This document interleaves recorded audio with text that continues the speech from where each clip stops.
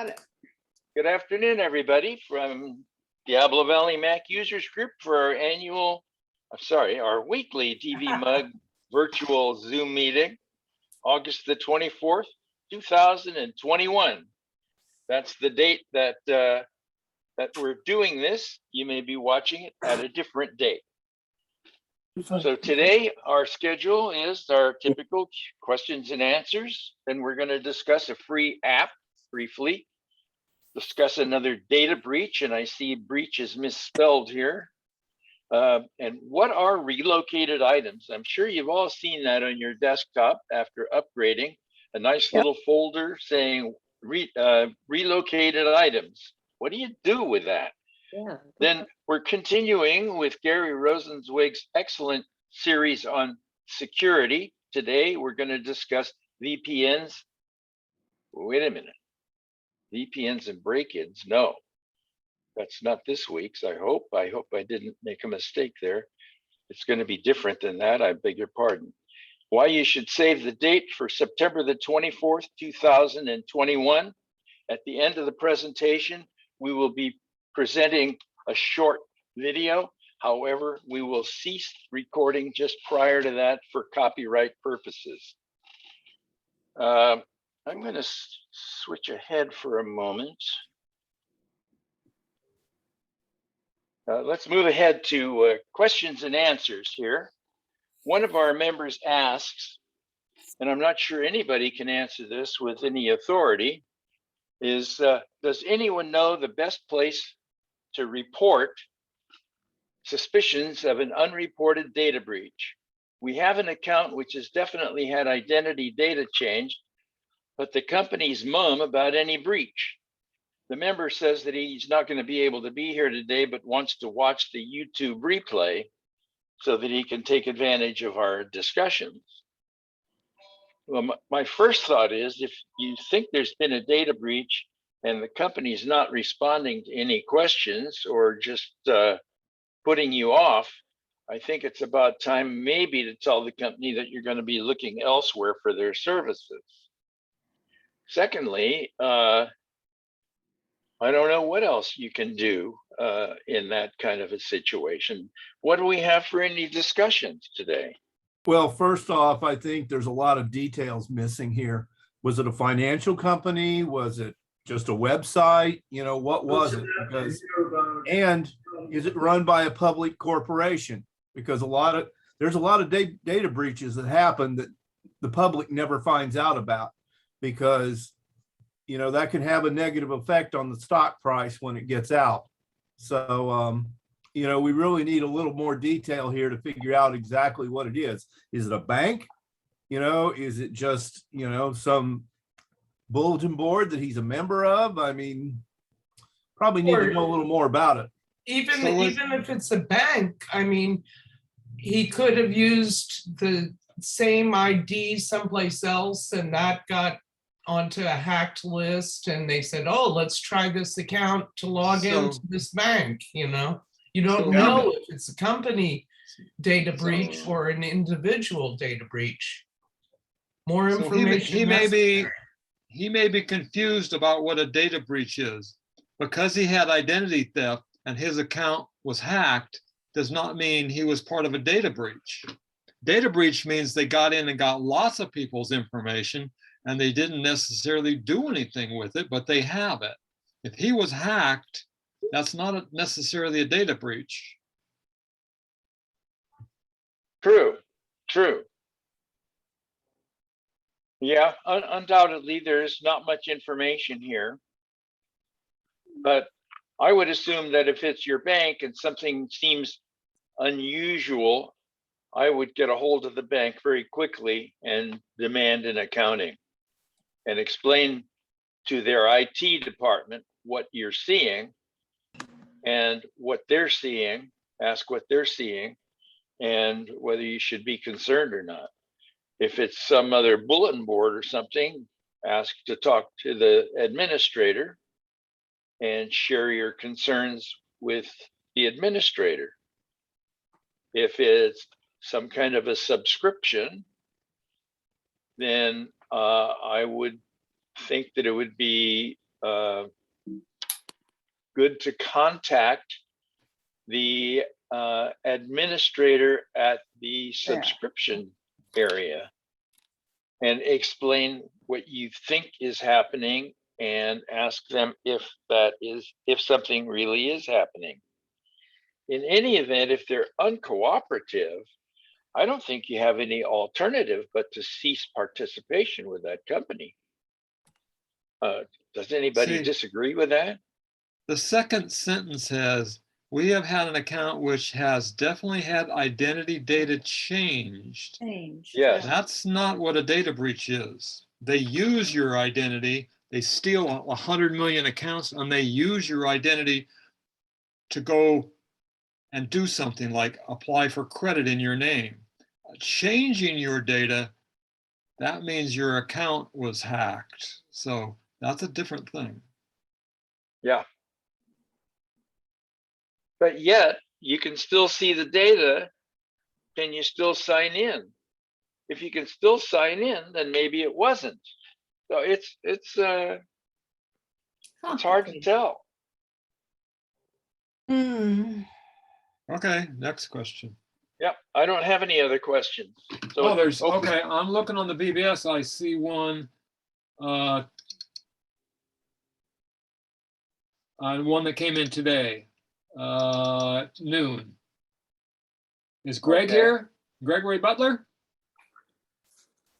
Gregory, are you here? Yes, he's here. I am here. Ask your question. Okay. Actually, it's for my wife. What it is on her iPad, recently, it has, let's see if I can get it, like so, 2 columns. And then if you're going to look at something, the 3rd column pops up. Is there any way to get it to where before she would have just 1 column, and then when she opened it would be just 2? What are you looking at, mail? Yes. That's called the preview pane, Okay. and you didn't used to have that? I don't think so, did we? No. She's You wanna telling me turn- no. Okay, show me your screen again. It's got 3 columns, John. I think that Okay. you can change that by going to preferences and say put preview horizontal instead of vertical. What's in the first column? The list of messages? Yes. The second column is the message. What's in the third column? It's like I clicked on the second column to go to the third, which is actually a website. It's like Safari. You mentioned you think you have split view turned on or something. I think you're correct. Okay. Yeah, it's under preferences and it's under preview. Well, no, it's not preview. Preview is the second column. He's opening, I believe, Safari in a second But window. I think it split gives screen. you a choice. I can't look at a computer right now because mine are tied up, but I believe in under preview that there's a choice for What isn't vertical or working? horizontal. No, I think it's split view. I think you're Okay. Not You're printing correct. anything. so your question is how do you turn off split view? I don't, I wanted to send an email to Ralph Johnson. were you, So how do I do that? I think John's looking right now. Oh, okay. I don't use split view. I almost never use the iPad. I don't know. Okay. Who is your friend? Yeah, I've accidentally toggled it on, and I just Google how to stop split view on iPad, and I always forget how to do it after, so I Google it again next time it happens. How to turn off split view?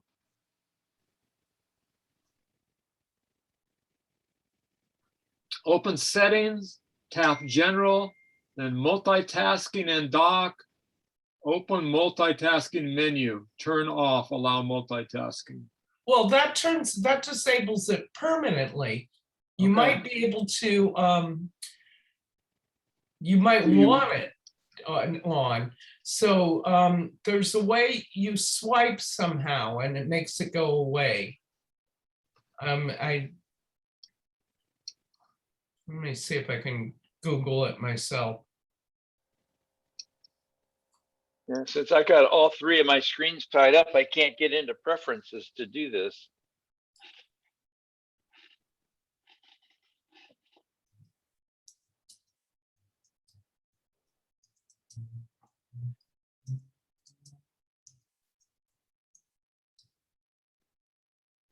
John, I love your background.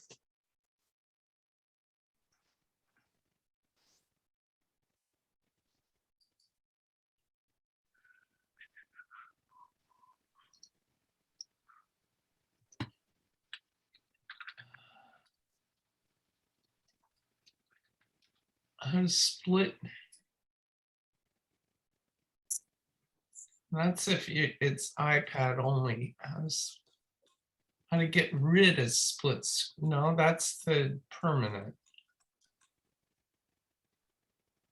To close split view, drag the app divider over the app that you want to close. So go to the app divider and just slide it to all the way to the right off the screen.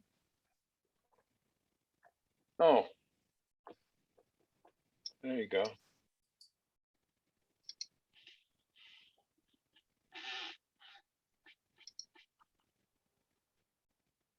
How do you start split view?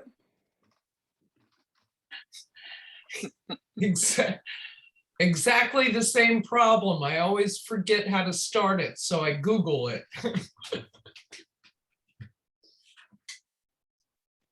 When you don't do something all the time. I don't think you'll like it if you do start it. Well, it's very handy when you want to compare things on the iPad. I like to do it on the Mac a lot. Right, like you open a Safari window and put it on one side and you've got your notes on the other side and you're typing notes from or copying and pasting and As John always says, Google is our friend. Yeah, That's that's it. right, Jane. Gregory, did you try that? Can we move on? Gregory? Gregory's muted. He doesn't know it. You need to unmute. Gregory? Yeah, no, we'll muddle through it. Did you try it? You got the iPad right there. Just drag the slider off the screen to the right. In the divider, put your finger on the slider bar and slide it all the way off to the right to close it. See, you mean like here, Yeah. and it doesn't go off. It goes almost to the end and then, Okay, this may actually be preview pane. Okay, double click. Does this have a home button? yes. Double click it and kill all your apps. Slide all your apps up off the screen and kill them all. Especially Mail and Safari. Like, kill them all. I'm working on it here. What the heck? Okay.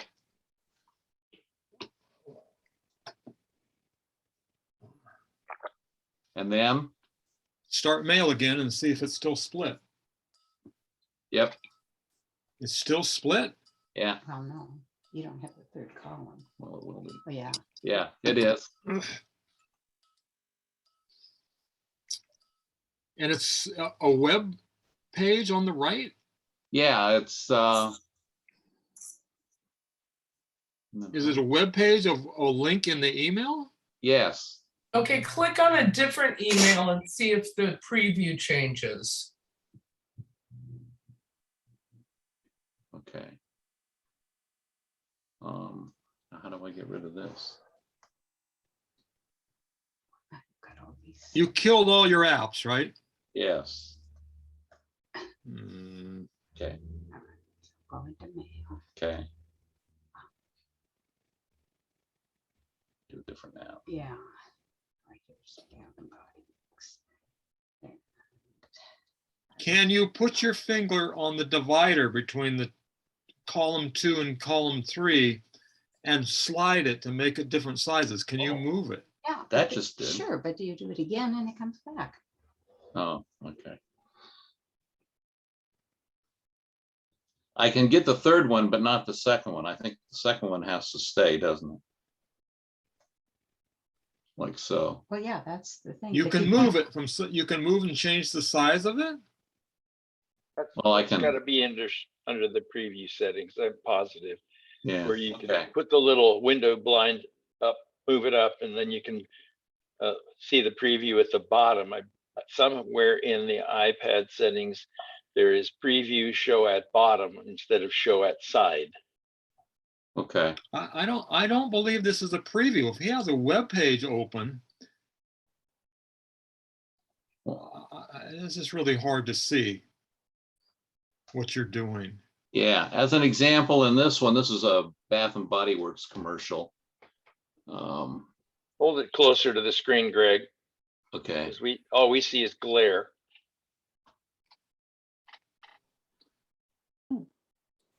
and then the third one to my right is the Safari web page.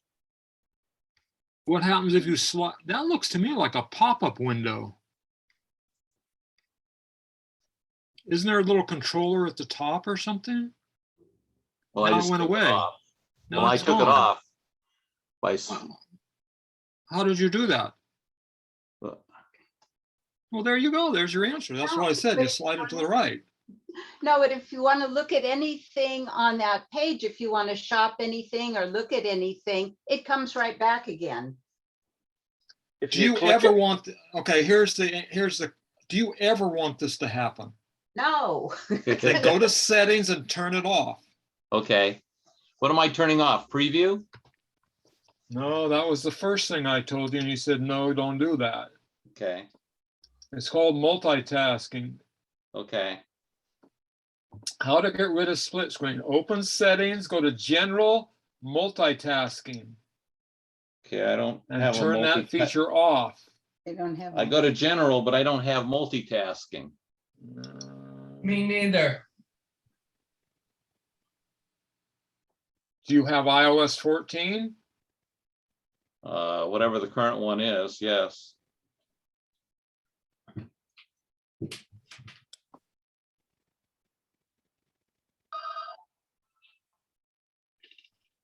Yeah, 14.7. Open settings, go home screen and dock. Wait a minute, dock? You're looking at the Mac, John. No, this says for the iPad. Open settings, go to home right. screen and dock. On iOS 14, it's called, there's a dock on the bottom. Got it. It's called and in there, there's multitasking. Turn it off.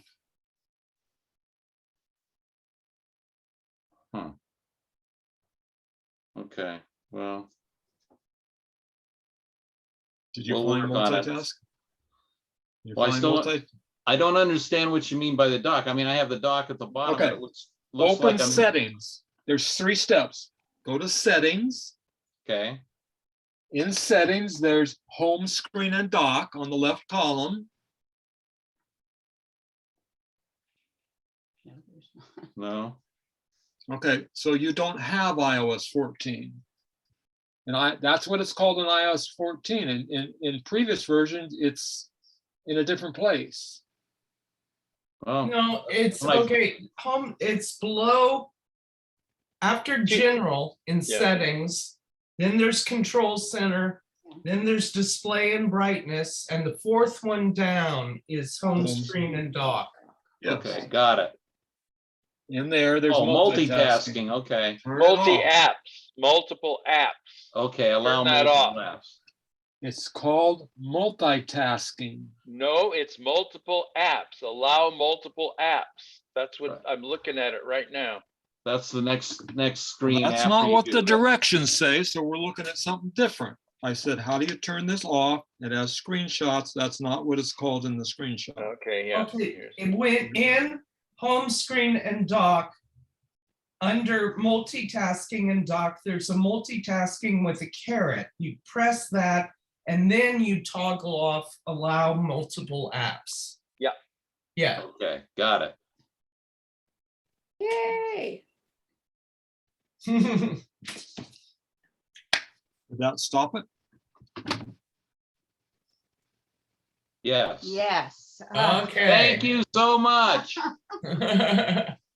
How did it come The on? marriage has been preserved. If I do it, so I don't do it again. How did it happen? I just did it, so it won't do it I again. know, but how did it happen? I don't know. Gremlins. Any other questions that we can fight over?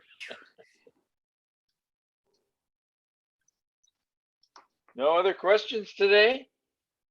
Even the dreaded printer questions? Nobody's having problems of any kind, huh?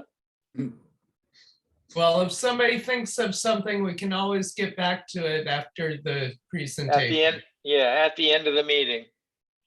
So here we go. Magic. I ran into this the other day, and this is a free download from the App Store, and it actually lets you draw using your trackpad. You can change color, size, and opacity of the brush and shapes, lines and drawings, and they're exportable, and it's free. Free is nice. You know, you can always download it. If you like it, keep it. If you don't like it, trash it.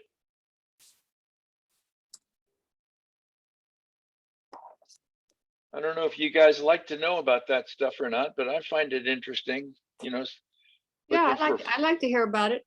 Yeah, freeware is kind of nice. Yes, I do too. Thank you. Yeah. Okay, so looks like this is a controversial one, and it may tie right into what the member asked about hacking.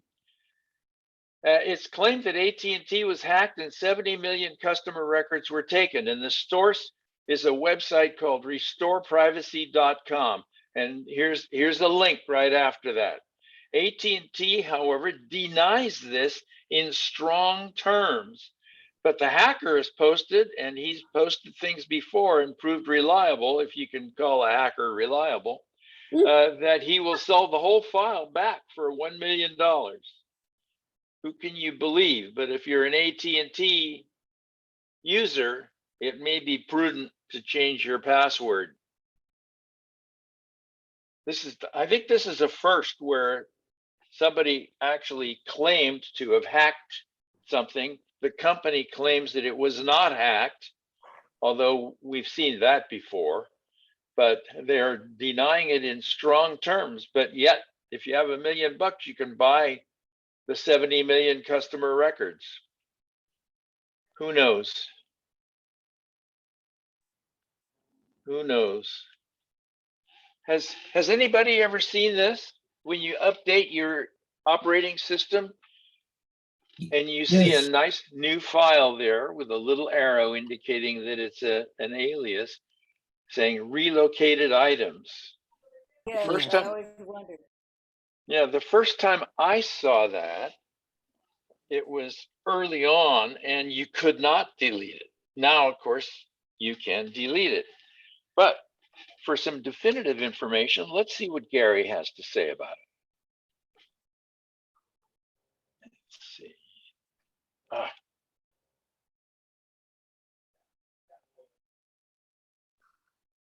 Darn.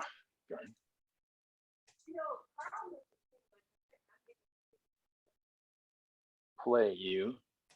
Hi, this is Gary with MacMost.com. Today, let me explain why there may be a relocated items folder on your desktop after updating macOS.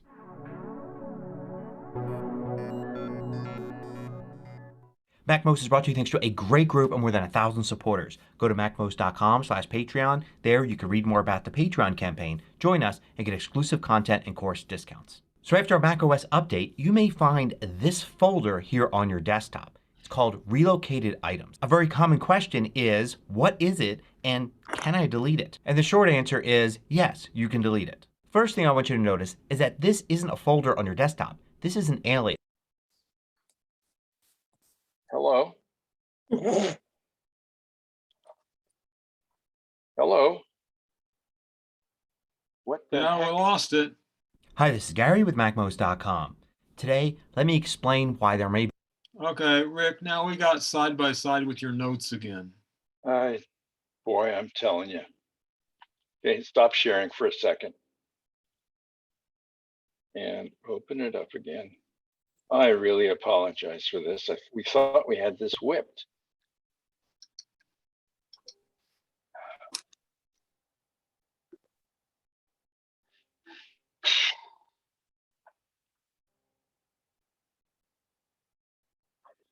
This is not right.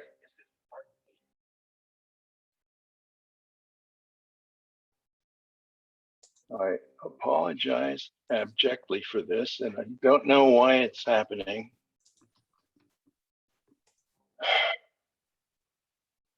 Are you sharing the wrong window?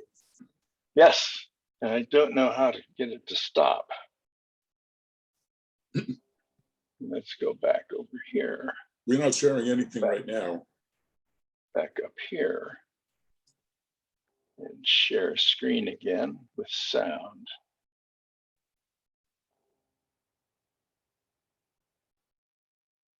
You should be sharing your Keynote window. Yes, it should be seen here. Now I see your desktop, so that's not the Keynote window. It's the wrong desktop. Yeah, don't share the desktop. Share the I Keynote. know I'm not supposed to, but I'm dragging the right screen to the right spot, but it isn't behaving. So let's. And you want to, in Keynote, you're doing share window. Play. What is it called? Play window. Let's do this. I know what it is, John. It's just not behaving properly.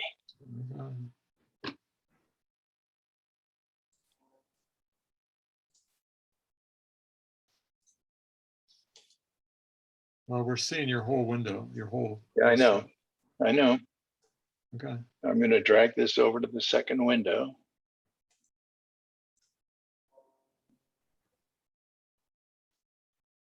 Stop share.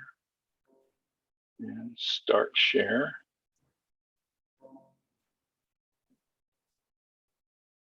Share.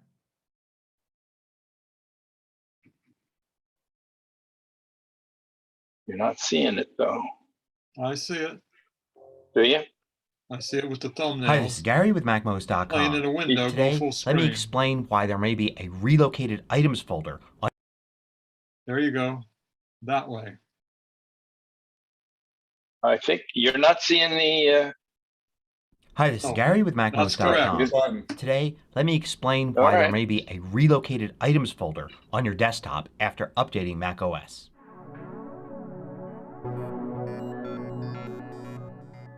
MacMost is brought to you thanks to a great group of more than 1,000 supporters. Go to macmost.com/Patreon. There you can read more about the Patreon campaign, join us, and get exclusive content and course discounts. So after a macOS update, you may find this folder here on your desktop. It's called Relocated Items. A very common question is, what is it and can I delete it? And the short answer is yes, you can delete it. First thing I want you to notice is that this isn't a folder on your desktop. This is an alias. Notice the little arrow here at the bottom left hand corner of the folder telling you that the folder really isn't located there. It's somewhere else. If we were to control click on it and show original, we would see that it's actually located in your shared folder. So your user share folder. So if you were to delete this alias, the relocated items folder doesn't go anywhere. So if you're afraid of deleting something that you may need, you're not actually deleting it by getting it off your desktop. So the quick and easy thing to do is just remove it, put it into the trash, and forget about it. Chances are you probably never look in the shared folder, so having these things in there won't bother you. And let me tell you, the files in there are tiny, so they're not going to take up any space on your drive. So what's actually inside here? Well, what you see may vary, but most likely it looks just like what I've got. You've got a folder here and you have a PDF called What Are Relocated Items. Let's take a look at that PDF. It explains what these are, but it's using a lot of technical jargon. Basically what it says is these are configuration files. These are files that are part of your system that are different than what's being installed during the update. So the old copy is being saved. Now why are they different? So it says here these are either modified or customized by you or another user. Now if you haven't modified any configuration files, chances are you haven't, and there's nobody else using your Mac that would do that, then it wasn't you. And it also says or by another app. Now if you've installed an app that has for some reason modified your system configuration files, it's probably best to have the update replace those if the app you're using needs to change the configuration. Again, it should be smart enough to do so. But more likely what this actually means is that a configuration file in an old version of macOS is different than in the new version that you just installed. It wasn't you or an app that changed it. It's simply different now from the old version to the new version. But the system update for some reason isn't smart enough to know that. It just sees that it's different and it thinks, well, maybe you changed it. I probably shouldn't delete this, so I'm going to save a copy of it just in case. So it's just the difference between an old configuration file and a new one included with the update. It isn't anything you did or an app you installed did. It's basically the Mac OS update being a little persnickety and making sure that there's a copy of this changed file. So what is this file? Well, let's look under configuration here and you can see there's a folder called private, a folder called etc., and then one called group system default. So this isn't something you would normally modify or an app would normally modify. There's just a slight difference between the old group system default and the new one. So the old one has been saved. But you don't need the old one. And notice that the file size is minuscule. In fact, the PDF telling you about this is many times bigger than the actual file that's being saved. So the simple thing to do is just drag this to the trash and forget about it. But if you really want, you can go in the Finder to the computer level, to the hard drive, users, shared, and you could find that folder and maybe any previous ones that you haven't dealt with there, and you can delete them. But they really don't take up any space, so you don't even need to worry about that. Apple has a support document about this online and it has a really long URL. So it's just much easier to type Apple Relocated Items into Google. It's the first hit and then you come to this simple explanation there. But there's really no extra information here that isn't in the PDF. Hope you found this useful. Thanks for watching. If you liked this video, click the thumbs up button below to let me know. I publish new tutorials each weekday. Hit the subscribe button so you don't miss out.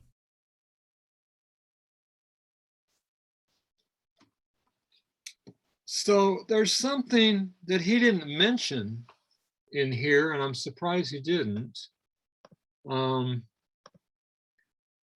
This started in, I believe, Catalina or maybe even Mojave, this relocated items. So the first time you upgrade and you see that,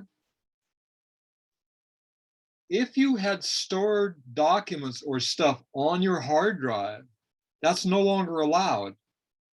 So they move that into the relocated items folder. And if that's where you stored stuff, you will see some of your stuff in there. Once that happens the first time, then it's done. You need to move that stuff out of there somewhere else, and you'll never see that again. The reason you keep seeing it is in Big Sur, there's no such thing as an update. When you go to software update and it says update, the reason it takes so long, it's the full installer, and the full installer puts the relocated items back. It's really dumb. Every time you do a Big Sur update, you will see that folder, but you will not see anything new in it. Rick's muted.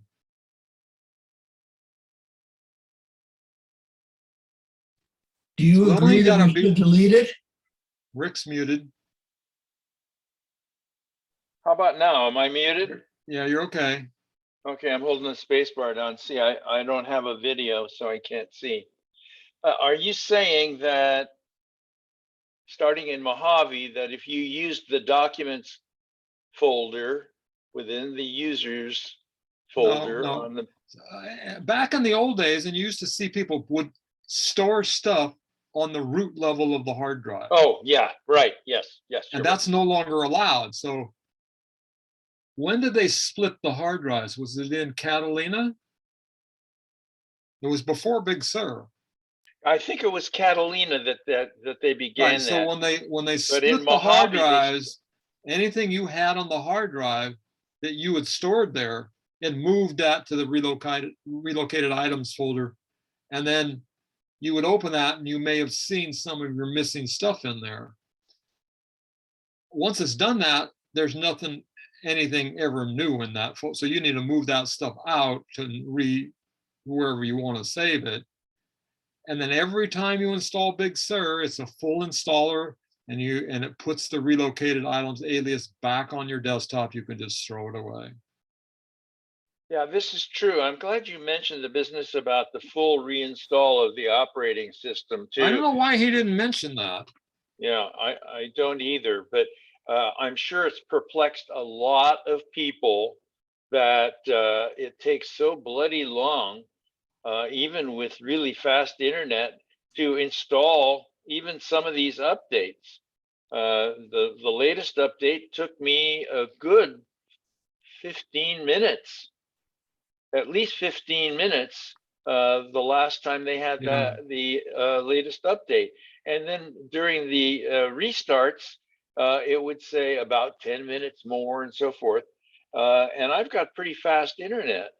No, it's crazy. That's why there's no, on the Apple support webpage, there used to be Mac OS updates you could download, and I would keep them Yeah. on my hard drive for when people didn't have internet or something went wrong. You can't do that anymore. Yeah, But you when we can. were at, What I when we do were at is, go ahead. When we were at the clinic, we used to be able to just drag an installer over and update somebody's operating system. We can't so what do I that do anymore. is, when there's a Big Sur update and I update this machine here, then when you're on Big Sur, you can go to the App Store, type in Big Mac OS Big Sur, and you click on it and open software update. And since you already have the current version, it says, would you like to download the installer? And then the installer is essentially the update. So, and it's huge. It's like 12 gigabytes or something stupid.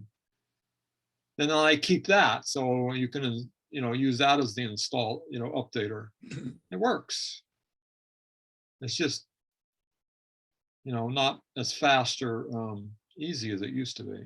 Well, but that's the price of their new security scheme, because it's a locked image that can't be modified by them or anybody else. And so you have to download the whole gigantic image again with each update. Yeah.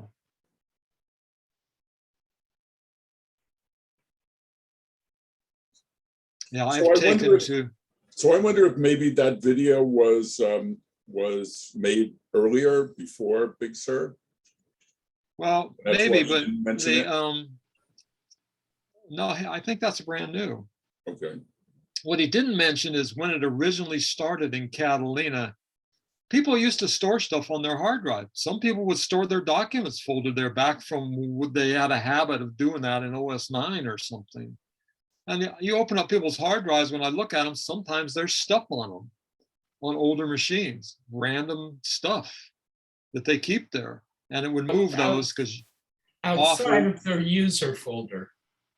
Right, it moves them over into the shared folder and gets them off the hard drive, because the hard drive's split into two, and one you're not allowed to access. John, when you download that Big Sur installer, can you download it to a flash drive and then use it on another iMac to upgrade?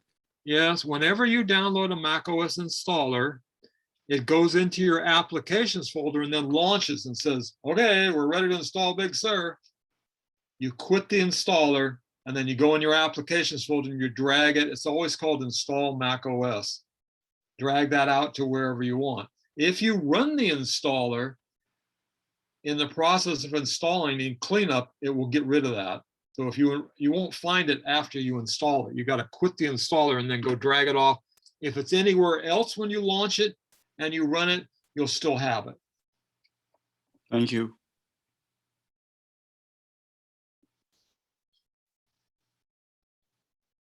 I've taken the habit of, I have a very small SSD partition with all the OSs to boot off of. And so now when I go and I'll install Big Sur, I can't do the update because there's no room on it to download it. Got to have the 12 gigs for the download and then the 20 gigs to install. And there's not that much room on that partition. So now I notice it's the full installer, duh. I just boot off another drive, erase the drive, and install it from scratch. It takes the same amount of time. And then I have my bootable utilities, disk.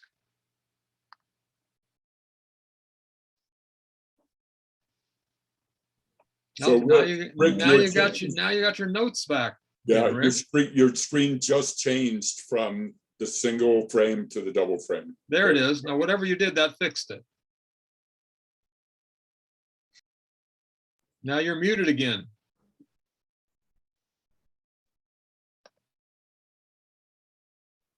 You're muted, Rick. Hold on, Rick, you're muted. Stop.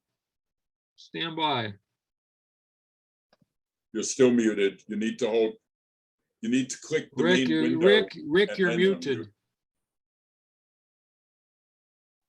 Every time I hit the space bar to unmute, it goes through all of the slides. It's just craziness. Okay, so we need to stop recording for this? No, we don't. Oh, you We're haven't in the done the wrong- security things yet. All We're you've in the done is wrong relocated slide. items. We're in the Yeah, wrong okay. slide. There you go. Now, if I hit run, Okay, there we go. but you see both screens, right? No, we're good. Okay. I'm not muted now. No. No. Okay, I was going to say, as a point of interest, in the past, I've put down the URL for each of these videos at the bottom of the slide. And now I'm putting the amount of time that the slide will run at the top of the slide. This next one is a long one. It's 17 minutes, but it's important. So we decided that we were going to go ahead and run it. So here we go. Rick. Wait a Rick, second. Yes? Wait a second before you run Wait a it. second. So I'm being told that I can't get my video because the host has stopped it. Is anybody else having problems? Hold on. No, I'm not. No, I have I'm the not. same message. No problem. I have the same message. Allow. I can see it. I see that it stopped your video, but I can't start it. That's not a problem. I'm just wondering though. Well, I it don't is know. if you can't see the video. No, we can't see him. We don't need to see you. I Right, don't right. have the ability to undo it. You have to undo it. I can see everything you put up, but you can't see me. Okay, continue Hi, on. this is Gary with MacMost.com. Can you see this? This is part 7 of my course, The Yeah. Practical Guide to Mac Security. Yes. Yes. This course is brought Okay. to you free thanks to my great Patreon supporters. Go to macmost.com/Patreon. There you can read more about the Patreon campaign, join us, and get exclusive content and course discounts.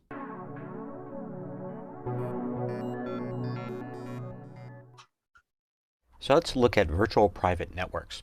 Virtual private networks are also known as VPNs. So what is a VPN? Well, when you use a device like a Mac to access a service on the internet, like a website, a lot of things happen in between your Mac and the website. A simplified look at that would be something like this. You would connect to your Wi-Fi and your data would travel between your Mac and your Wi-Fi.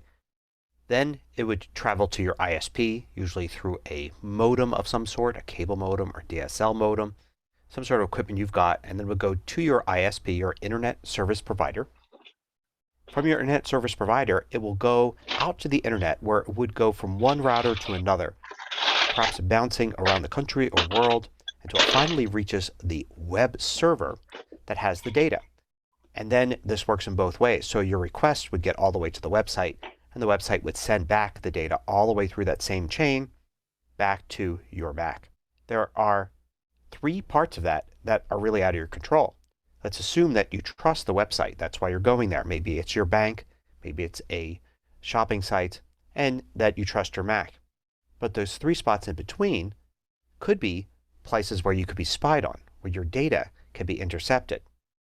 Now, if it's your Wi-Fi network, then you're probably not concerned about that. But it could be the Wi-Fi network, say at a coffee shop, a conference center, a hotel, a school, or some other place.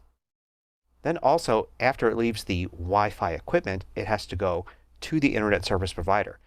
If you're sitting in a coffee shop, the coffee shop is probably not an internet service provider.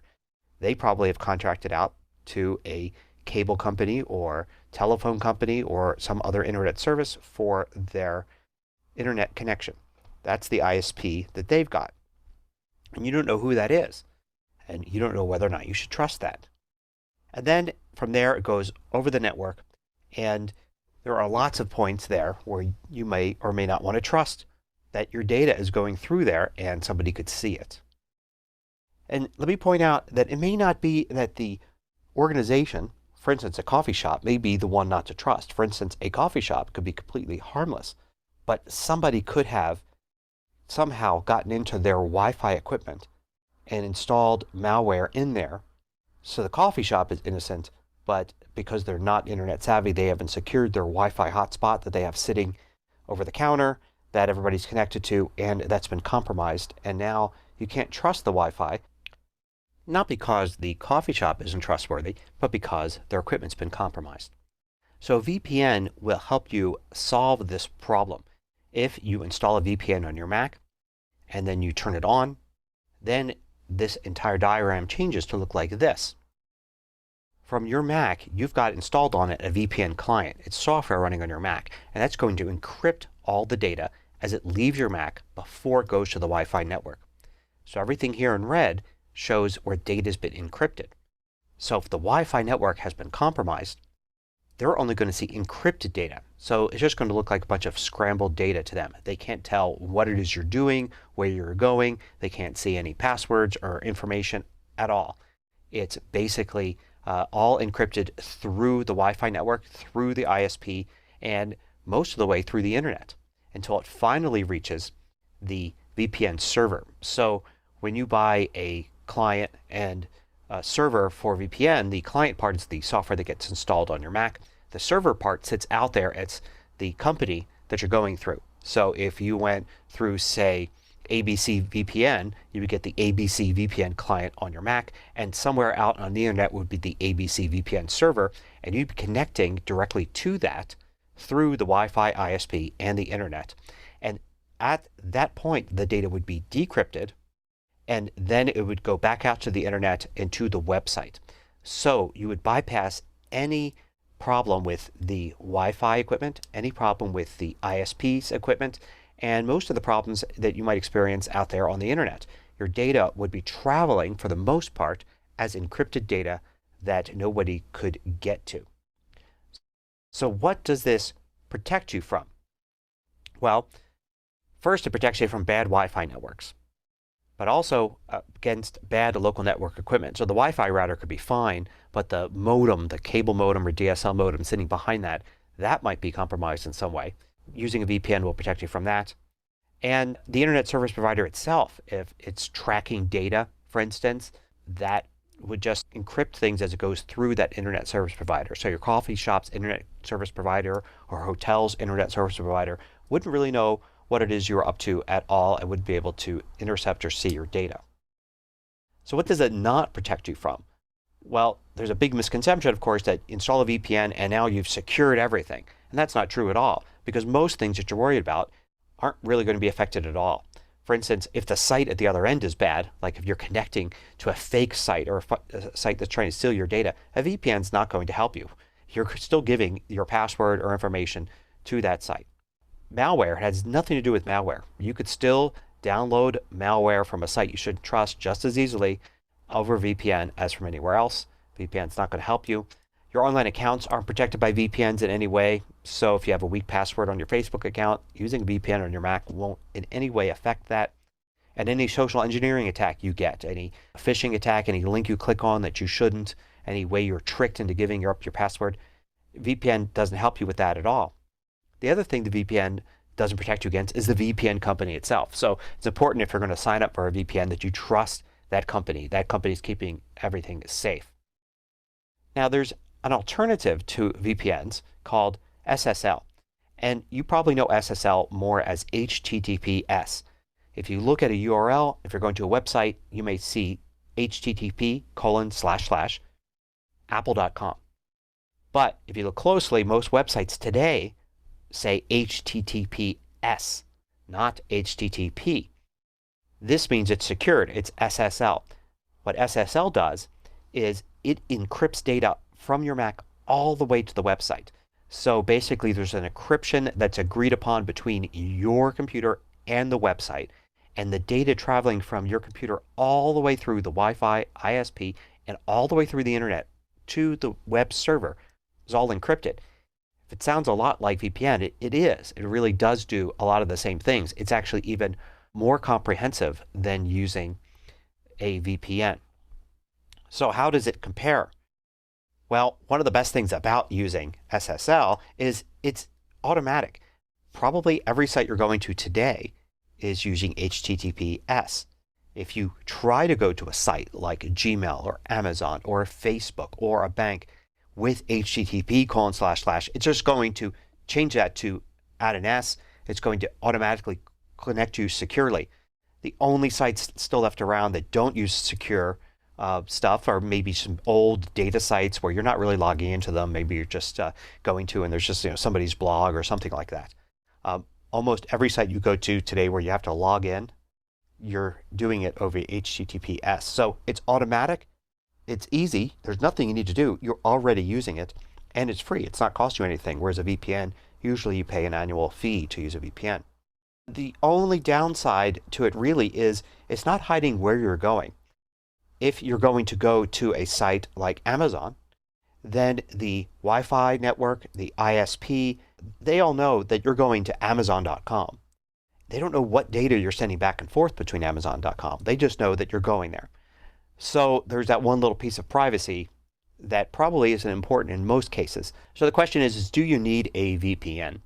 And 10 years ago, that answer may have been, yeah, it's probably a good idea. But today it's a little different. You probably don't need it in 2021. Most users will not need a VPN. It's good for that extra layer of privacy, but it's not necessary for most people. Most of the time you'd be using a VPN, you'd want to do it while traveling. So you'd only be using it a small portion of the time, and probably while traveling you're just doing some basic things like checking your email and a few bits of shopping, things like that, and it's really no need for the privacy there. It's a good extra layer for corporate and government data. I mean, if you work for a company that has a policy that says you must use a VPN, then of course, obviously, you've got to use it. And if you're dealing with data that has value, like government data may, then they may insist on you having that installed on your Mac or devices. One downside to a VPN that isn't present for SSL is it can make things more difficult. Trying to connect using hotels Wi-Fi, for instance, is already problematic in a lot of cases when Wi-Fi is pretty weak or the network is not very good. And adding a VPN to that can make things more difficult. Sometimes you get caught in a loop where the VPN wants to protect you right away, but in order to connect to the internet, the hotel's Wi-Fi is going to ask you some questions like your room number, name, a password or something, and you're fighting between the VPN wanting to protect you and the hotel saying, wait a minute, we're not going to let you access anything on the internet till you give us some information. And you can't do that when you have a VPN turned on. It can be a real pain. And I've run into situations where I've been at, say, a hotel and their Wi-Fi is so bad that every 5 minutes it seems to disconnect and then reconnect. And then the VPN has to then reconnect. So I end up getting maybe 4 minutes of good internet connection followed by a minute of downtime while it reconnects to Wi-Fi and then to the VPN. So where do you get a VPN if you still want one? Well, there are tons and tons of companies, and here are some that I've used in the past and tried in the past, but there are so many more. If you search online for best VPNs or VPN deals or whatever, you'll come up with tons of websites. Some websites that you've never heard of and some that you have, but in both cases, most of the sites that you'll see that say, hey, here's some good VPN, try these, they're getting paid. Keep that in mind. Even if it's a website you know and trust, they're probably getting paid to actually have that link there. So if they say that one VPN is a good one, or here's the top 3 to use, and there are 3 links, if you click one of those 3 links and go to get that VPN service, you've probably given a payday to that site. Now, that's not to say that the VPN is bad. It could be perfectly fine VPN. Matter of fact, all of the ones here at the top that I show probably have those deals out there. Doesn't make them bad VPNs, but it does mean that the review sites necessarily can't be trusted. So keep that in mind. One other thing to keep in mind is most are basically the same. Most VPNs do not have their own network out there. when you saw that diagram early and it showed the VPN server, VPN servers, that's a whole other level. There are companies that offer VPN servers out there. And when you go with a company like ABC VPN, chances are they've purchased time on these VPN servers. So it's not like using one VPN over another is going to give you a fantastic service based, on their service versus another company's service. You're probably going to get the same level of service. So it all comes down to their little apps for Mac and their apps for the iPhone and how well they work and how cool their little features are, where you can choose a VPN in your local area or one based on a country or something like that. It's really pretty much the same type of service you're going to get no matter which VPN you choose. Chances are it doesn't really matter that much which one you choose, and you could usually buy a year's worth of VPN service, install it, and then the next year maybe there's a better deal from one of the other companies. So now let me show you what it's like to use a VPN service in case you've never used one before. Typically you would pay for a service on a website just like you would pay for any other service, and then you would download their app and run through their installer, which just prompts you to install. Is it okay to install, enter your password and all of that. And then you end up with something in the menu bar here that gives you access to the VPN service. So in this case I've installed something called Private Internet Access, and I have an account set up, the annual subscription fee. Now you're going to get controls here, and they're all going to basically be about the same in terms of what you get in the controls, except that they're going to look different. They're all going to have their own little interface and icons and things like that. So you get the little logo here. You get a big on-off switch, which is all that really matters. But typically you also get the ability to choose a location. So I can click here and choose a location, and it's nice to choose one that's nearby. So in this case they've got servers here in Denver. I'm in Denver, so it's nice for speed that I can connect to a VPN server that is really close. And I can also connect to ones that are further away. I may look to different websites and services like I'm in these locations, because that's what VPN does according to those websites. If I switched here to Texas, it would appear that I'm using a computer that's in Texas. Websites also can get your GPS location. You may see every once in a while a website request your location, and that overrides that. That's your computer saying, yes, I am located in Denver. But sometimes services will use these. So it's handy to pick a location that's near you for speed and to make sure things that you use will continue to work normally. But if you wanted to, you could pick, say, the United States or US West or something like that, and it would just pick whatever the fastest server is in that country. And you could pick other countries as well if you wanted to appear, further mask your location and make it appear you're somewhere else. Although this may then make things not work very well. If you say, oh yes, I'm in London, but in fact you're in the United States, then your GPS data for visiting a site and the server data may not be the same, and now maybe a website has trouble helping you in some way. So you can play with your location if you want, but you don't necessarily have to get the benefits of using a VPN. And then to turn it on, I just hit this big button here. And that's basically what all the controls are. You subscribe to the service. You just want to turn it on or keep it on. Sometimes there are settings. And in this case, under the settings here, and again, this is going to look different for different services, you can have launch on system startup, connect on launch. So it's all automatic. If you're traveling, you just have it turned on and it's automatically going to be on. Here, I'll turn it on manually. And you can see here, here's my IP address, the real IP address of where I'm really located. And this is the VPN server's IP address. So going back to that diagram, this is my computer. This is that VPN server way out there. So everything thinks I'm here.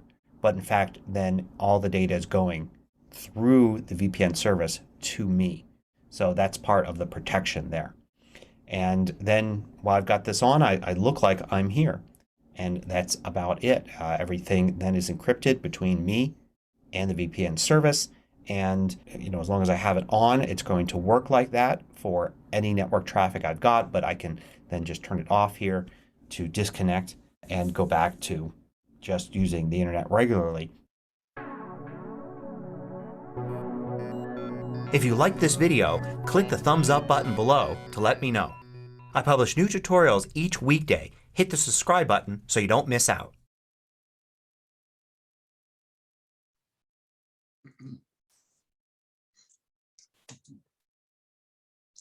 So a couple of things about, Rick is still muted. And okay, I was going to say the thing that I found so interesting is how HTTPS really fulfills a good portion of what you might expect VPN to do for you. Most everywhere does that automatically now. Yeah. so there are some specific cases where VPNs are really important. For instance, if you, BBC broadcasts a lot of content, but only in the UK. So if you have a VPN and you choose a IP address in that country, you can access that medium. Also, I know people who live in Hong Kong and Shanghai, and they cannot access Google. They can't access a lot of stuff. They can't access WhatsApp, which is a fully encrypted service that has text, voice, video. It pretty much does everything entirely encrypted. And you can't download and install WhatsApp in China. You also can't install a VPN in China. China has their own thing that's called WeChat, which is like WhatsApp, only it's not encrypted and the government can see everything you do, and they do. So these people tell me that anybody who's coming to China, they tell them to download WhatsApp and download and install a VPN and make sure it's working before they go to China. And then they can use their VPN to totally, to use whatever service they can to avoid the Chinese censorship and surveillance. But you have to do it before you get to China, which I thought is pretty interesting. The people's paradise.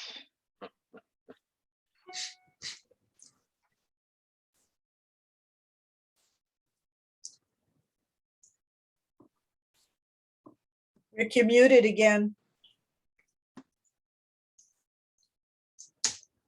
You're muted, Rick.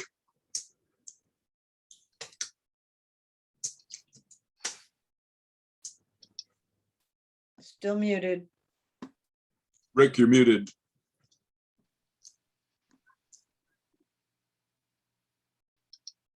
Can you hear us, Rick? You're muted. Rick, you also ran through all your slides.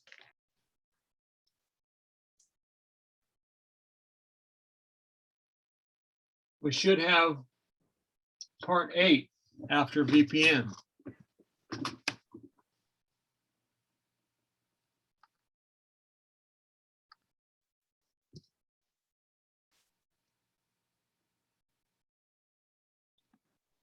Yeah, this one here. And you're still muted, Rick.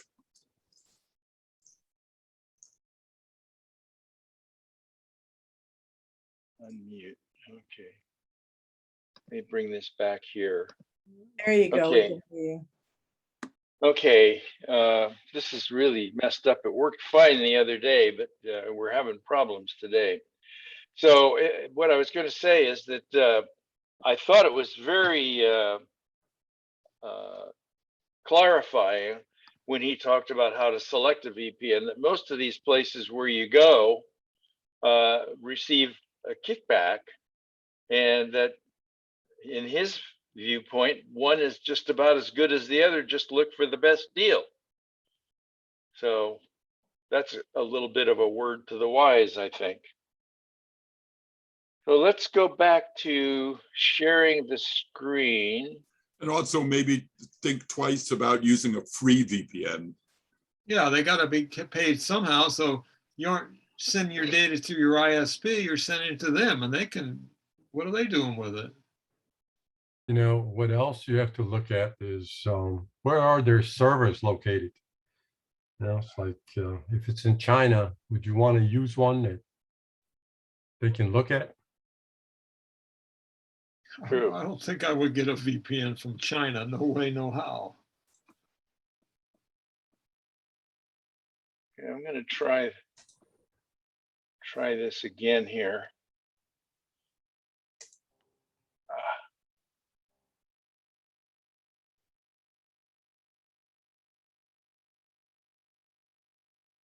Trying to move this page.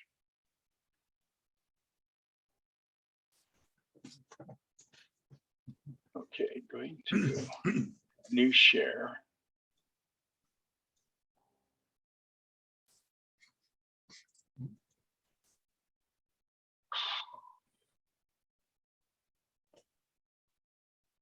That's still not right.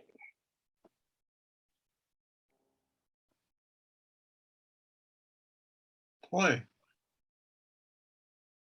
I play this. The next one is break-ins list. Let's see if I play this, what happens. Ah, good. Okay, it's going to work. So this is kind of interesting stuff. You notice it talks about fraud, theft, and so forth. So here we go. Hi, this is Gary with MacMost.com. This is part 8 of my course, The Practical Guide to Mac Security. This course is brought to you for free thanks to my great Patreon supporters. To become a contributor and support MacMost, go to MacMost.com/Patreon.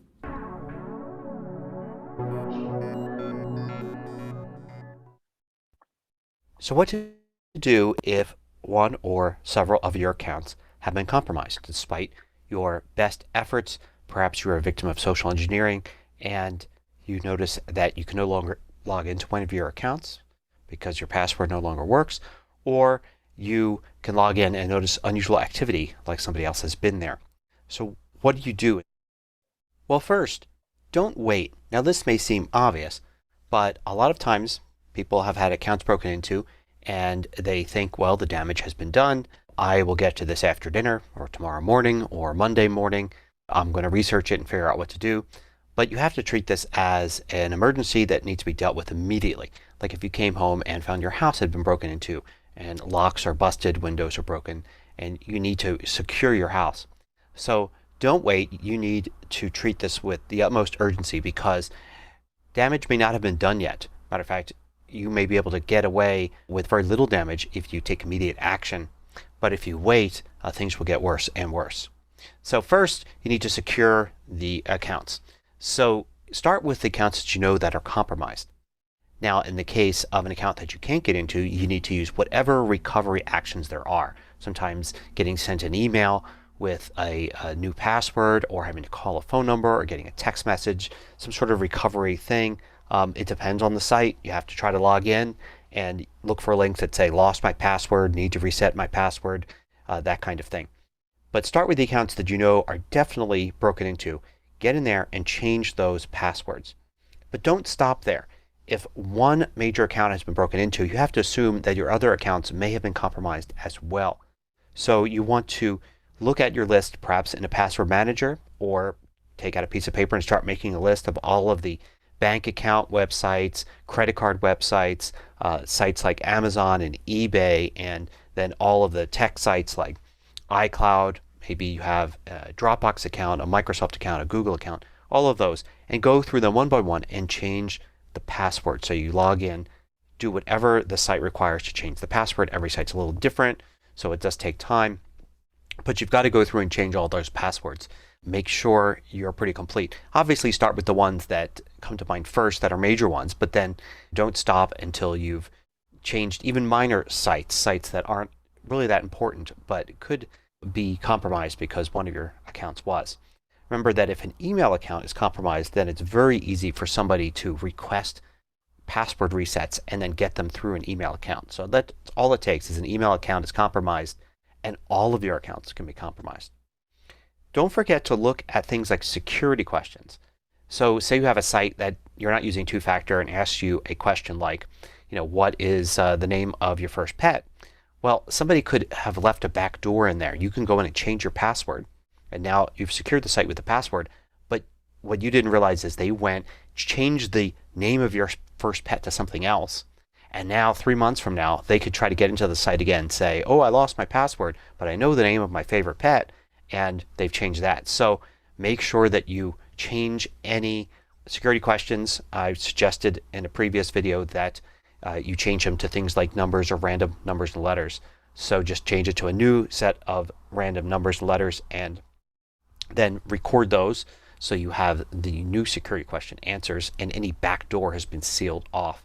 Also, sometimes sites have email addresses or backup email addresses. If you lose access to your email address or lose access to this account, you could provide another email address, a backup one, maybe one you don't use very often, but it's just this way to have another way to get into your account if you lose access. Well, somebody who breaks into your account may have actually changed that to be theirs, or more likely some sort of random account on a free service like Gmail or something that they can get access to the account again. So you seem to have secured everything, but they added their strange email address to the list of backup email addresses in the profile for that account, and now 3 months from now they can get back into the account pretty easily. So look out for those things in different accounts as you go through and change those passwords. Then after you've done that, and hopefully at that point you've locked whoever was in your accounts out, now you have to do damage control. So go back into each account and look at your profile and see if anything has been changed. Name, address, all of that. In sites that have multiple addresses like an Amazon account or something, make sure there's nothing new that's been put in there. Look for bio information and other things. Anything that's in your profile, go through that and look through it. For an account like Facebook, that's a lot of stuff. But for an account like a bank account, there's probably very little in a profile there except, the basic information. If it's a website where you order things, a shopping site, check your order history. Make sure nothing was ordered during that time. And if something was, of course, do whatever the site suggests for stopping that order. If it's a bank account or a credit card account, check your transactions, but continue to track those transactions for the next several days or even weeks, because it could take a while for them to show up. If it's an email account, check your sent email to see if any email was sent from that account, particularly to other services that they may have tried to break into, but to anybody really. See what went on there and look at the sent email, but also check received email too, because you might find clues to other activity. For instance, you may have received during that time when your account was compromised a password reset link to another account. So, your email account may be compromised, and then you look there and say, oh, wow, while it was compromised, I got this link here to a password reset for eBay. So now I know that they tried to use my email address to get into my eBay account, and double check your eBay account then. Another thing is that if this does involve bank accounts or credit cards accounts, then make sure they know about it. I mean, even if you've sealed it off, you've changed the password, and you've looked everything over carefully and it looks like nothing's been compromised, if anybody gained access to these accounts, you want to call the bank or credit card company and let them know about the problem. They may want to issue you a new credit card number, a new bank account number, change those to be safe. So definitely call them. Don't leave that open there. Just find out what their procedure is when an account's been compromised. And you can also consider a credit lock too. Since these are financial things, credit locks, you can go to these various companies and basically alert them, the credit companies that is, to the fact that your accounts were compromised. That way, if something does show up on your credit report later, there's a little bit of a paper trail there. You can say, yes, my account was compromised and I reported that, and then they could see that that is indeed the case, and that'll make things easier for you. Now, if you're locked out of accounts and can't get back in, you can usually go to the website for that service, and they have information there in their help section about how to get in touch with them. Here are some links, but there's no magic to any of these links. If you started at Apple or Facebook or Google and went through their help and support sections, you would find these pages here to help you reestablish your account or fix any damage that is done. So you want to use these if all else fails. And for more help, the FTC in the United States maintains some good pages here. Lots of information about what to do and how to recover accounts and how to deal with identity theft. So this is another good resource that I wanted to include.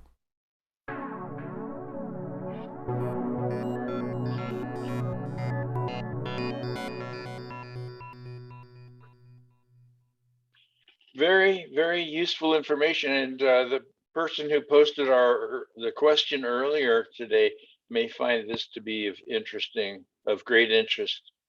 So hopefully that will do us pretty well. So I got a story about this before you show this video. Right. I'm a DVMUG member, and what happened is he got a call on the phone on his landline and answered it, said it was from Apple, told him to go to his computer and start and let them have access because he had a problem, whatever. And he did. And so they were doing whatever they were doing. Then they sent him to the 7-Eleven to buy gift cards to send them to fix this problem. And he did.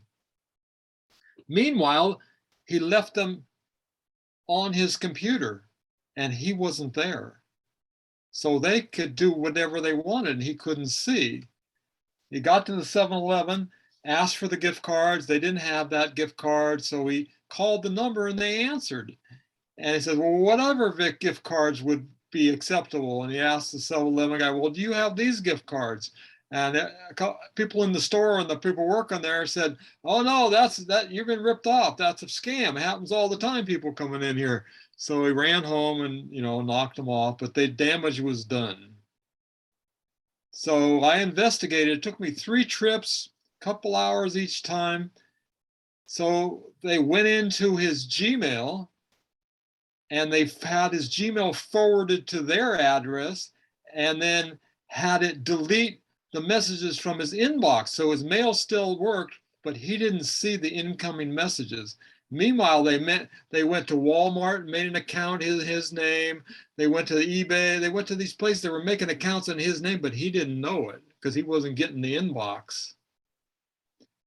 And the only thing it ended up, they were able to go to his Amazon, buy a Google Play gift card, send it to his Gmail, forward it to their Gmail, and cash it. That's the only thing they were able to actually accomplish. The crazy thing is he had a Fidelity account. They had full access to his computer with his keychain. They went through all his bookmarks. Open the file. I'm there. I open his Fidelity account page right on the splash screen. Balance, $2 million. I went, OMG. They weren't interested. They wanted Google gift cards. Oh, man. He was very lucky. Oh, man. Some people know what's important. So we had to go and change all his accounts, including the Walmart account they made, go in. We didn't know the password for the account they made, so we had to reset that, reset all his passwords and all. I was like, I kept finding, I went into the strange thing is they had Gmail on the web set to delete his mail, but they did not empty the trash. So you looked in the trash, you saw these reset passwords and allow making an account on Walmart, confirm this and the Android Google Play gift card and all that stuff was in the trash. So how did they accomplish this in the first place? Did he give them like remote access to his computer? That's what he did. Yep. And what was their scam? What was their scheme? I don't know. He was so confused and flustered. He couldn't tell me exactly, but he got a cold call on the phone. His Apple ID, caller ID said it was Apple, but it wasn't, obviously. Remember too, that once you're signed into your computer and you leave the house and let them in your computer, all they have to do is go to Safari. Right. And get into your keychain. Right. He went to Fidelity and it was in the keychain. Boom. There they could have started transferring money. God knows what they did. And they did. Well, the reason they probably didn't hit those bank accounts and they wanted gift cards is because they didn't want to leave tracks. They didn't want anonymous. Yeah, they wanted to get paid in a more anonymous fashion. I had another story like that. This guy who I knew, I think he's passed away now, but he got a call from, I don't know who it was from, Gmail or Apple or somebody alleging that they were from there. And they wanted gift cards, but they told him, you shouldn't hang up. You should stay on the phone with us, go down to 7-Eleven and get $400 or $500 in gift cards, whatever it was. And he did it, and 7-Eleven didn't stop him, and he lost that money. Another person who was a friend of my wife's lost $500 on the same thing, and we had to change all of her passwords too. I thought the scam about sending them out of the house to 7-Eleven to buy gift cards, I guess that's actually what they wanted, but that was an opportunity to get him out of the house where they could do anything they wanted on his computer with his keychain. Sure. Yeah. And they did. Yeah, absolutely. You know, is there some place or somebody maybe has some kind of suggestion where we could play a video on what not to do when you get some call like this and they're asking you for stuff that really doesn't. Well, Gary, I think Gary has a video in here in this series coming up about that. Yeah. And this one, of course, was a good direction, you know, group of directions on what to do. So yeah, very useful. Incidentally, after we run this video, we'll resume and have more. Now I see in the recording there's a pause button. Maybe I can just pause the recording while you play this. Yeah, sure. I can. Okay, so that's what I'm gonna do. Oh. Yeah. Hey, that's a new feature. That's good. I like it. Or That's new to good. me. Yes. So if you want to review that, the URL, I made a tiny URL for it on that slide, and you'll be able to review that. There's more stuff out there on YouTube for it, but it looks pretty exciting to me. That's my kind of stuff. So $5 a month for, I think it's $5 a month for Apple TV. I had it, and then I stopped it. I have it. It's $4.99 a month, and some months they don't charge me. I never understand why they don't charge me, but they I don't. But some month, I guess if I don't use it, I don't know. But well, everybody, if you bought a new computer, got it for a year at first. Now you only get it. I don't know. They changed it 90 days or something. They changed. I think so. Yeah. They extended it. It was the first year, and then they extended it longer during the pandemic. Yeah, I had that, and then I let it expire after I saw Ted Lasso, which was also a good series. But yeah, good stuff. So why did they record this one with the background noise so loud, sound so loud, and the voice not quite as loud enough? To me, anyway, it was disturbing because the background was so loud. Yeah, this is one of the things in movies nowadays that you may have read about certain, it's hard to hear voices on TVs, most TVs, unless you get a sound bar with what they call a center channel. And Zvox makes one for, I think, $199, and it emphasizes the speech rather and puts the background sounds in the background where they should be. But yeah, these movies are set up for multi-point sound for either 7-to-1 or 5-to-1 stereo, where some people have got these home theaters with speakers above them, speakers behind them, speakers on the right and left, and speakers in the center, plus subwoofers. And then you can separate out all those things. But on the regular TV set, without any of that equipment, it all comes through with the background louder than the spoken word. No, I apologize, but I had no control over that. These work perfectly. Yeah, Apple my AirPods. You can hear the voice. Mine did too, and these are not. The Apple TV, you can hear the voices. What was the sound bar you mentioned, Rick? What was the sound? Pardon me? What was the brand sound bar you mentioned? Zvox. I think they've got some kind of a sale going right now too.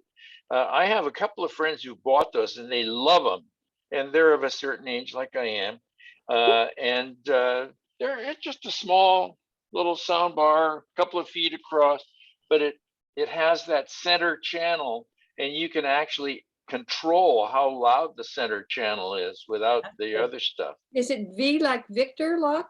Z like in zebra, Victor, oboe, X-ray, Zvox. They also make hearing aids for about $200. Wow, that's a that deal. are not bad, but they don't have Bluetooth and stuff like that.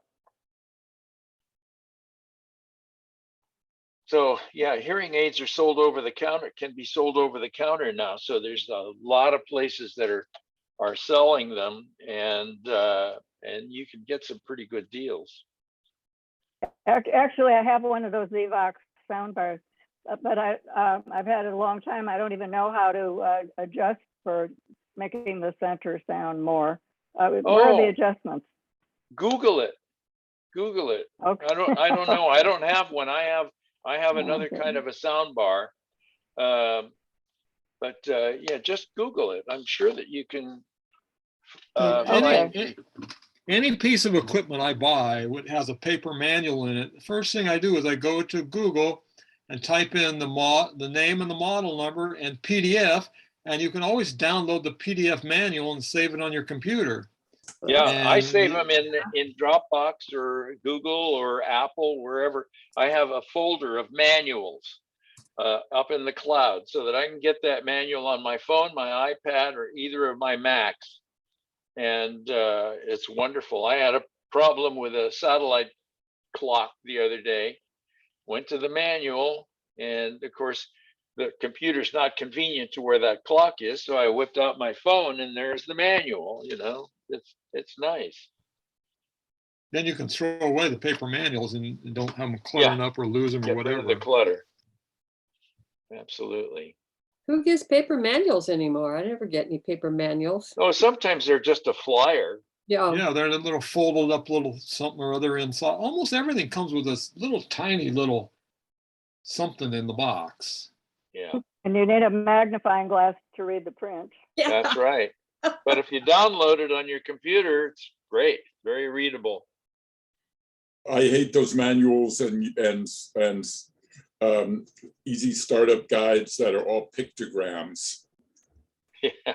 It's like trying to read hieroglyphics. Did you ever read anything from IKEA, build anything from IKEA? Not a word in them, just pictures. That's because they're international. They don't have to have Right. multiple languages. Right.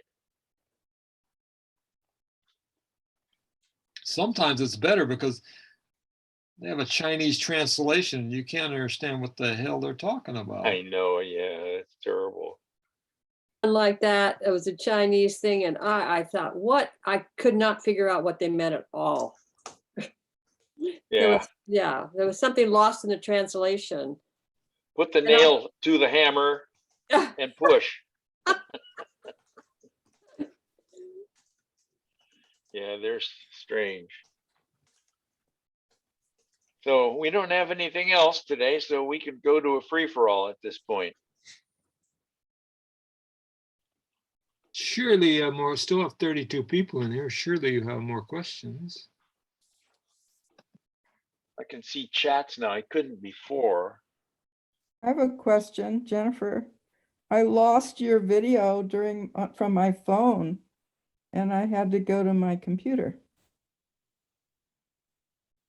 Yeah, I see that you have, you had two on for a while, Jennifer. I saw two Jennifers. I know. Well, I didn't mean to And do that. you have no video on right now. Well, that's okay, but I couldn't see your slideshow. Oh, so So that I may had have to- been me. That may have been me. We've been having some problems today. Oh. I'm using a second monitor that we thought we ironed the kinks out of it. Oh, But well, I think it works better on the computer. Absolutely. I don't see how you could watch this on a phone. Well, So, I Rick- was. So Rick, I think what you I need was. to do is, It went away. sorry, Okay, bye. Rick, I think what you need to do is go to the office and get another computer and use a separate computer to run these on. well, that's easier said than done too, because we had figured out today that I had to sign in under another name, and I'm using Ethernet on my computer and Wi-Fi on my iPad. And I have a second monitor on my computer. If I logged in under my name, it would kick me off of my computer. You don't, for what you're doing, you don't have to log in with your Zoom account to anything. You can log out of Zoom on everything and just log in as a random user. It will still show your name, Rick. Just you won't be You logged can into always your change your Zoom name account. to whatever you Yeah, want. well, I'm a random user on my iPad. On my second ID, you can probably see it just says Rick. So what we found out and what's happened to me, and if you log into your Zoom account and then join the meeting, you cannot go to a second computer logged into your Zoom account, log into the meeting, it'll kick the other one out. So if you log out of Zoom, you can log in as many times as you want as a random person. It still shows your name, but you're not logged into your Zoom account. Don is waving at us. I don't even see him. Don Nelson? Are you unable to unmute yourself? Am I muted? I got an appointment, so I gotta eat dinner early, so I'm gonna leave now. Okay. So see you guys next time. Take care, Donald. Yep. We can iron out these things offline. We don't have to take up meeting time and recording time. Yeah, well, we tried to do that yesterday. We thought we had it all squared away. Actually, we've done it twice. Yeah. Well, tying up 30-something people. Yeah, we don't have to do talk during the about it. meeting. No, we can chat about other stuff. So I just read on Tom's Guide. Is it Tom's Guide? Is that the name of it? And he said they're saying, because I'm waiting with bated breath for the next Mac Mini. I've got my Paybu card is vibrating in my drawer here. I can hear it rattling. And he said that while he still has confidence there'll be a new Mac Mini this year, they think some sites are already rumoring that it's delayed until next year sometime, as well as the 14-inch MacBook and and also a MacBook Air, and that possibly, so it's looking like it could be the first half of next year, but that also means it might be the third generation chip, the M2. Yeah, which I guess would be worth waiting for. So yesterday, Barbara Becker, by the way, I fixed that, Rick. That was Disk Warrior fixed her computer. Oh, that's good. So she was going to buy a new one anyway, because her machine's 10 years old. She needs a new one. And what she found is, and I was wondering about this with all the different colors, the Apple Store in Walnut Creek doesn't have the color she wants. Apple Online doesn't have the color she wants, and no shipping date or when that will be available. Must be a popular color. And the Pleasanton store did have the one she wants, but they won't ship it. She has to go down and get it. Oh, gosh. So I thought that might be a problem with 7 different colors. How would they stock all these things? Yeah. Yeah, you did say that. John, you still have the recording paused. Yeah. No, I started it again. Yeah, it's recording. I can see it blinking red. A message came up and says recording. Yeah, no, it's recording. Oh, okay. Yeah. Um, So did she get a computer then?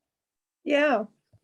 No, I fixed her computer yesterday, and so it's working. And I went through it, made sure the 64-bit apps were all gone, and everything was ready to update. And she doesn't have any other apps except for music app, which we know she has to buy a new expensive music app. She said she's okay with that.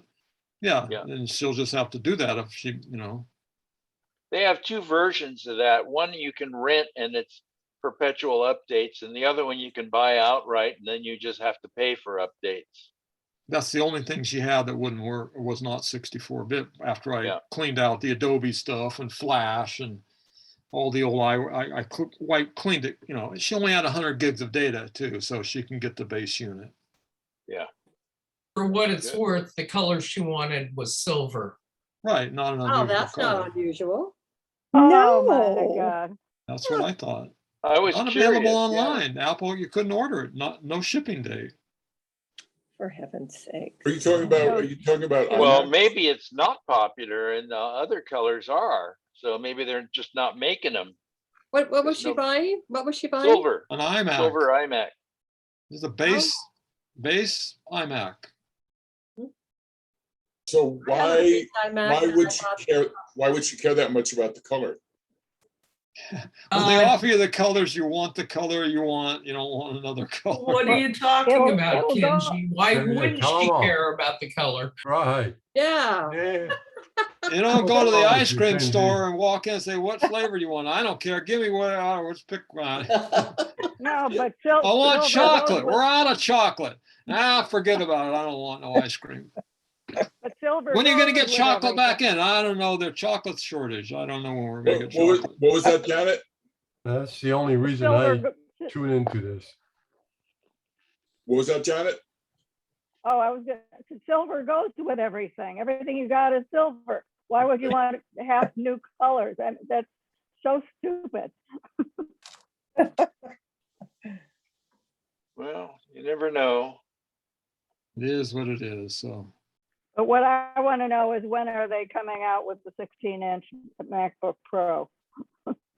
not Well, there's next all month. kinds of rumors, but nobody knows for sure. Maybe there's going to be something in September. Maybe there's going to be 2 announcements in September, but Apple never says. I'm about ready to get the old Intel version. No, No. don't do that. Well, if you want, I'll sell you mine. Really? Do you have one to sell? I have I the would buy 16. one. I have the 16-inch, the latest 16-inch Intel Mac. It's got. Do you want It's to covered sell? by. Hey, anything I own is for sale. Well, And- there. Oh, how much storage? How much hard drive? Does it have an SSD? I assume. How Oh big yeah, is yeah, it? yeah. I think. I wonder if I can do this. Let's see if I can. How much for one of your kidneys, Rick?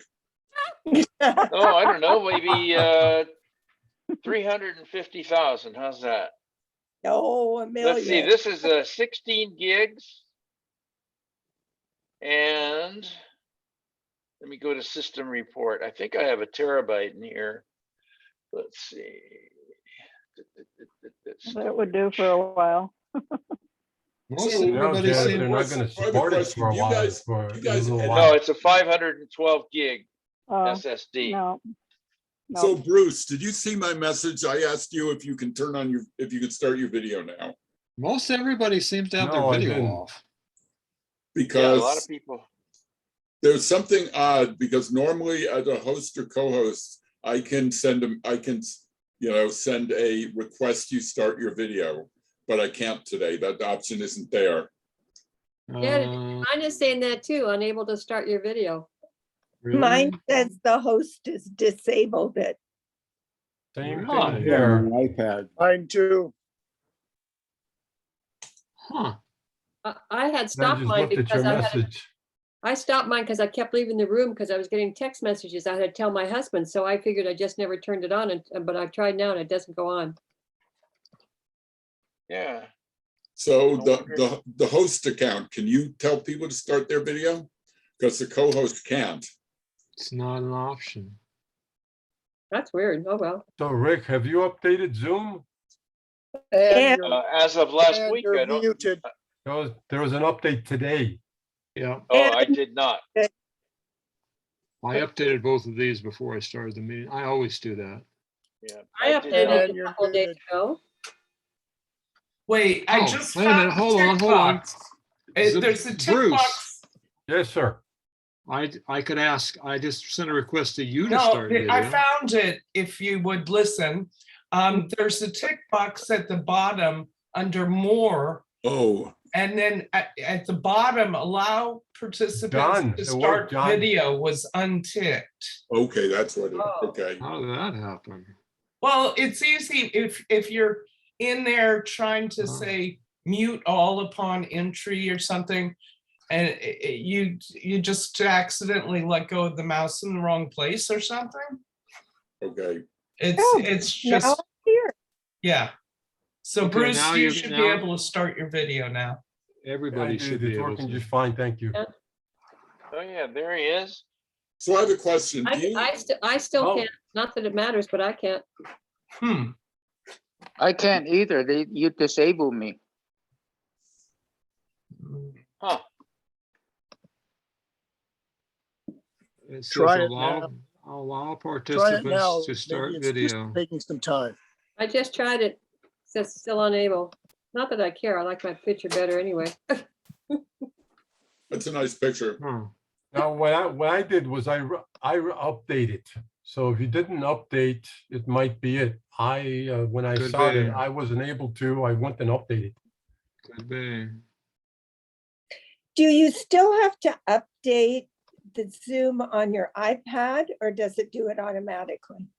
It would be in the App Store. I don't know. I don't do it on the iPad. I just update everything every day. I would think it does it automatically, like. Yeah, like- 'cause I've tried to find a place to go to look for updates. You go to and the App Store, and the App Store will list up any updates you have on the whole iPad. Gotcha. Thank you.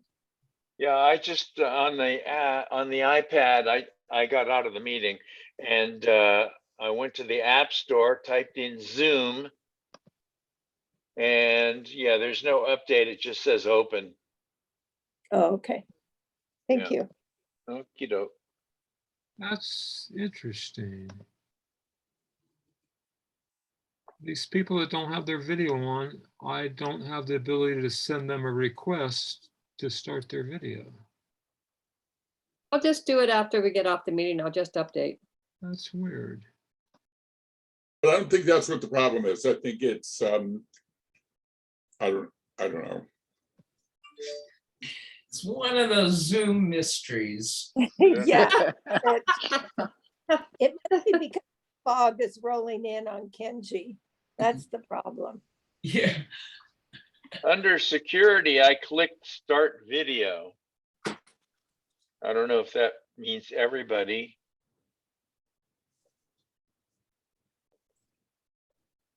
I don't know. So, okay. All right. Wow. So how cold is it up there in Canada today? Oh, there I am. Okay. It's 57 degrees right now. Where are you in Canada? I'm at a little resort village called Manitou Beach. But I mean, what area of Canada? Saskatchewan. Okay. I'm on I have a dog, a Havanese social club, and it's in Newfoundland. So yeah. we're always looking at their weather, thinking, glad we're not living there. Well, it's almost the same temperature in San Francisco. According to the Apple app, it's 61, but it's probably cooler than that in my neighborhood. Alexa, what's the temperature in the Ocean Beach part of San Francisco today? Right now. Sorry, I don't know that location. 63 degrees. Where do you live in San Francisco? What neighborhood? I live in 51 degrees Celsius. my Alexa's going back there because it heard rep. Must unmute audio. I live at Sure how to help you with that. Alexa, stop. Done. I lived at Geary and Arguello in the inner Richmond, Lone Mountain area. Oh, okay. I know that area. I'm a native. Moon Mountain? Lone Mountain. Lone Mountain. College. It's a college. Yeah. USF. Here, I was born here. I never heard of Lone Mountain. Lone Mountain is where USF is. Yeah. It used to be cemeteries. It used to be Lone Mountain was an all-girls college. Yes, it was. My sister-in-law went to Lone Mountain. Catholics usually went to Lone Mountain. Catholic girls. I haven't been over the new bridge yet either. You haven't? Nope. The new baby. Scared of those Chinese bolts.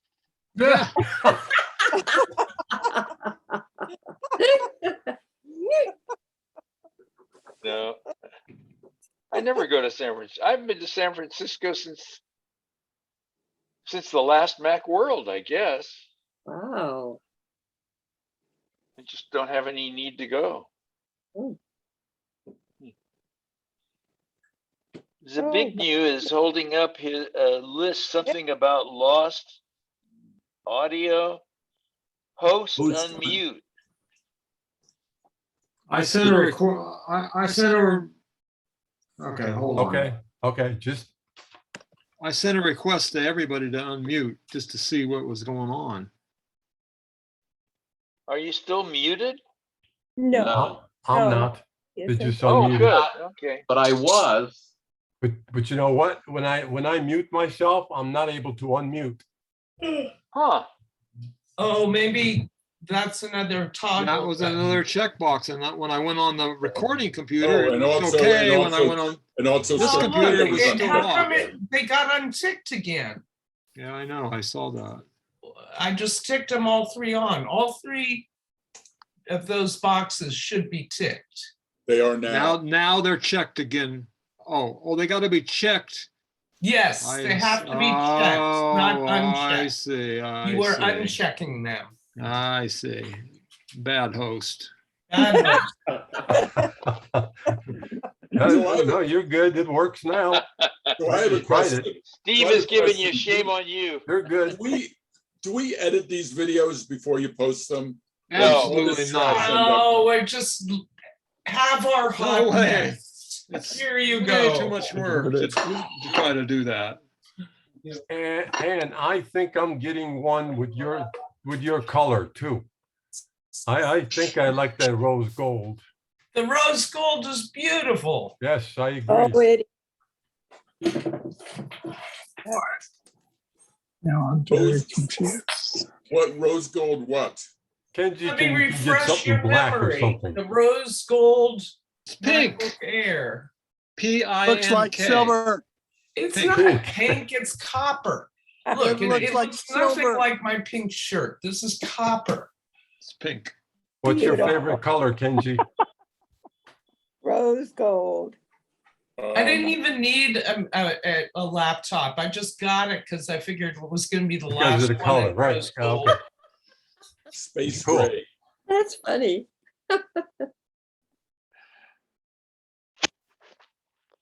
Space gray, or maybe what is it called? Project Red? Was it that what it was called? What was it called? What was the thing before the red? I got my mom a Project Red phone because she can't see things anymore. She's losing things. Oh, So I figured the bright red phone would stand out. yeah, that's nice. But the thing is, then you put a cover on it and then you don't see the phone anymore. Yeah, just like mine. Actually, now that she's having more trouble remembering things, she has a bag around her neck and the phone always goes in there. Oh, poor thing. Mhm. Speaking of phones, I'm still thinking that Apple is going to announce the iPhone 13. I think they'll probably talk about it in September sometime. Oh, absolutely. Because That's they're a going to want to no-brainer. make that Christmas rush. On the subject of phones, did everybody see the new Samsung folding thing? Yeah. Yeah. Did you see how thick that thing is? I looked Yeah. up. It's almost 1 1¾ centimeters, which is almost twice as thick as my phone without the case. Wow. So imagine something twice as thick in your back pocket. The gimmick. So, Yeah. That's, but I think the battery is just going to last forever on that thing. it was interesting. I looked for an iPhone 12 at third-party places like B&H, and they're not selling them. I guess it's Apple only or Best Buy. Best Buy will sell them. Now, I have a question, if I may, please. Sure. Is there any settings that comes to mind regarding two Apple devices where on one, the messages when deleted go away, but not on the other one? Yes. You need to have in your Apple ID, under iCloud, you need to have messages syncing turned on. So he wants to keep them on one, apparently. Right. Well, you want them to have them be in sync, delete them on one, delete on the other, right? No, No, he wants Correct, correct. the opposite. Correct, John. Turn on syncing. No, he wants to Thank you, turn John. off syncing. No. I don't understand the question. What would you like to wants have to happen, keep- Bruce? Syncing, in other words, if I delete on one, it should delete on the other. That's Oh, syncing. no, it's no longer in settings. It's in messages itself. Okay, on the iPad and on the iPhone, in settings in your iCloud account, messages has a slider to turn on. On Mac OS, it doesn't have that. Oh, It's stupid. it's You have- inside messages on Mac OS. Exactly. And then there's a checkbox that says enable messages, preferences, accounts, enable messages in the cloud. Why they don't put that on your Apple ID in your iCloud like the other ones, I don't understand.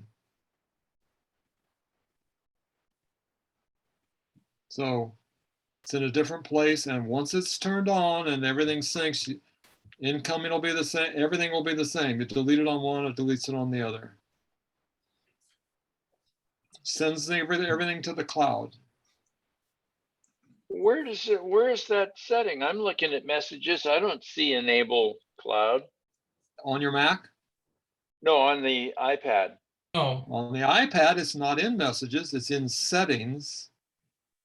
Your Apple ID, iCloud, and there's a Oh, green Apple switch ID. for messages. If you look in the same place on the Mac, there's no place for turning message syncing on and off. There should be, Oh, but there isn't. okay. Thank you. Dumb. It's dumb.